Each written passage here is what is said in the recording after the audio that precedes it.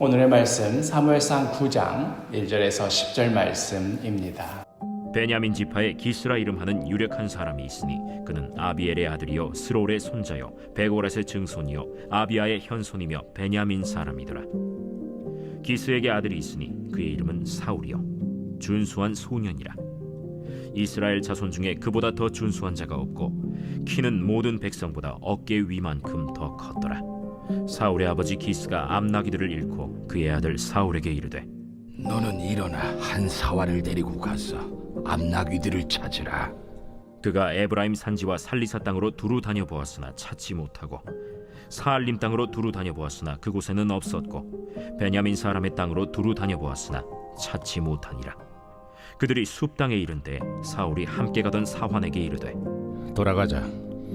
내 아버지께서 암나귀 생각은 고사하고 우리를 위하여 걱정하실까 두려워하노라. 보소서, 이 성읍에 하나님의 사람이 있는데 존경을 받는 사람이라. 그가 말한 것은 반드시 다 응하나니 그리로 가사이다. 그가 혹 우리가 갈 길을 가르쳐줄까 하나이다 하는지라.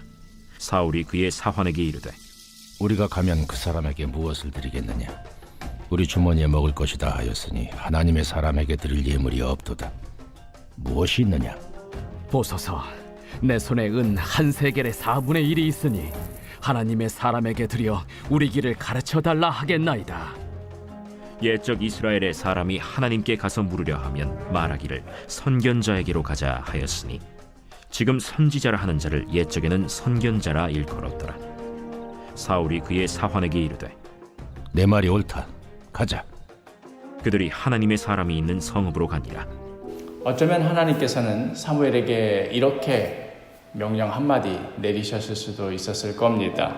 가서 베냐민 지파 기스라는 사람의 아들을 찾아서 그 아들에게 기름을 부어라. 그 이름이 사울이니 그가 이스라엘 왕이 될 것이다. 그러면 사무엘은 기름병을 들고 사울을 찾아 나서면 그만이었을 것입니다. 그러나 실제 하나님께서 행하신 모습은 전혀 다른 모습이었지요.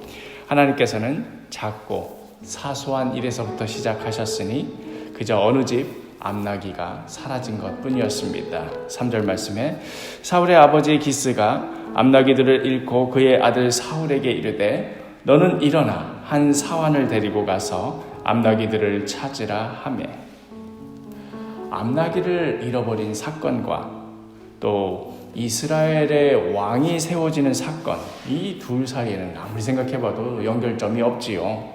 그 누구도 이 사건을 시작으로 이스라엘 최초의 왕이 세워지리라고는 아무도 생각하지 못하였습니다. 사울은 아버지 기스의 말씀에 순종하여 암나귀들을 찾으러 떠납니다. 오늘의 본문을 보면 그저 아버지가 시키니까 마지못해 떠났다기보다는 정말로 그 암나귀들을 찾아 최선을 다하였구나 하는 것들을 느낄 수 있을 정도입니다. 4절에 그가 에브라임 산지와 살리사 땅으로 두루 다녀보았으나 찾지 못하고 사알림 땅으로 두루 다녀보았으나 그곳에는 없었고 베냐민 사람의 땅으로 두루 다녀보았으나 찾지 못하니라. 대충 몇 군데 훑어보고 지나치는 정도가 아니라 아주 할 수 있는 한 샅샅이 뒤지고 다녔습니다. 에브라임 산지와 살리사 땅으로 두루 다녔고 또 사알림 땅으로 두루 다녔고 베냐민 지파의 영토도 두루 다녀보았습니다. 그러나 끝내 찾지를 못하였습니다. 그렇게 오랜 시간 동안 찾지를 못하자 이제는 암나귀를 찾는 것이 문제가 되는 것이 아니라 아버지께서 걱정하실까, 길을 떠난 지 오래된 자신을 걱정하실까 염려되었습니다. 그래서 결국 자신의 실패를 인정하고는 돌이키려는 순간 함께 떠난 사환이 이렇게 말하지요. 6절에 그가 대답하되, 보소서, 이 성읍에 하나님의 사람이 있는데 존경을 받는 사람이라. 그가 말하는 것은 반드시 다 응하나니 그리로 가사이다. 그가 혹 우리가 갈 길을 가르쳐줄까 하나이다 하는지라. 사울과 그 사환은 지금껏 한 번도 생각하지 못했던 무언가를 떠올리게 되었습니다. 그렇게 하여서 이들은 이제 사무엘을 만나러 길을 떠나게 되지요. 여기까지만 보면 사울은 맡겨진 일을 잘 해내려 최선을 다하기는 했지만 끝내는 실패를 하고는 돌아서는 그런 모양이라고 할 수 있습니다. 사람 편에서만 보면 그럴 수밖에 없지 않겠습니까? 그러나 하나님 편에서 보니 어떻습니까? 그렇게 하여 사울로 하여금 사무엘을 찾아오게 하시려는 하나님의 계획이었습니다. 사울이 바라던 대로 암나귀를 찾으러 나섰는데 곧바로 정말로 그 암나귀를 찾아가서 신이 나서 아버지 찾았습니다 하고 돌아가게 되었더라면 사울은 결코 사무엘을 찾아갈 생각을 하지 못하였을 겁니다. 이후에 벌어질 사무엘로부터 이스라엘의 왕으로 기름 부음 받는 일에 대해서는 그건 더더욱 상상도 못했을 겁니다. 그러니 사울 자신을 위해서라도 사울이 바라던 대로 이루어지지 않았던 것이 훨씬 좋은 것 아니겠습니까?